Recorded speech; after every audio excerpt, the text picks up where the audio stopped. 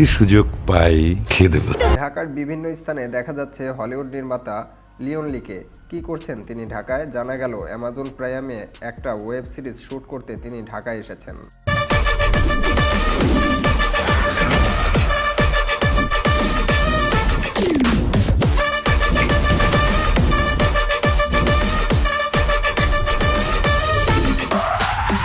Leone লি মূলত চীনা নাগরিক, কিন্তু পুরোদমে কাজ করেন আমেরিকাতে। সারা দেশে তিনি খুব জনপ্রিয়। বাংলাদেশে তিনি এখন বানাচ্ছেন দ্য হপার সিস্টার।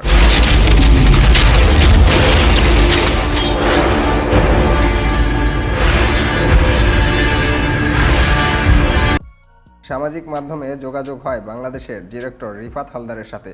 লিওন লি ও রিফাত হালদার জানালেন, ভালো স্পন্সর পেলে আগামীতে দীপজল ও সাকিব খানকে নিয়ে পুরো হলিউড স্টাইলে মুভি বানাতে তারা আগ্রহী।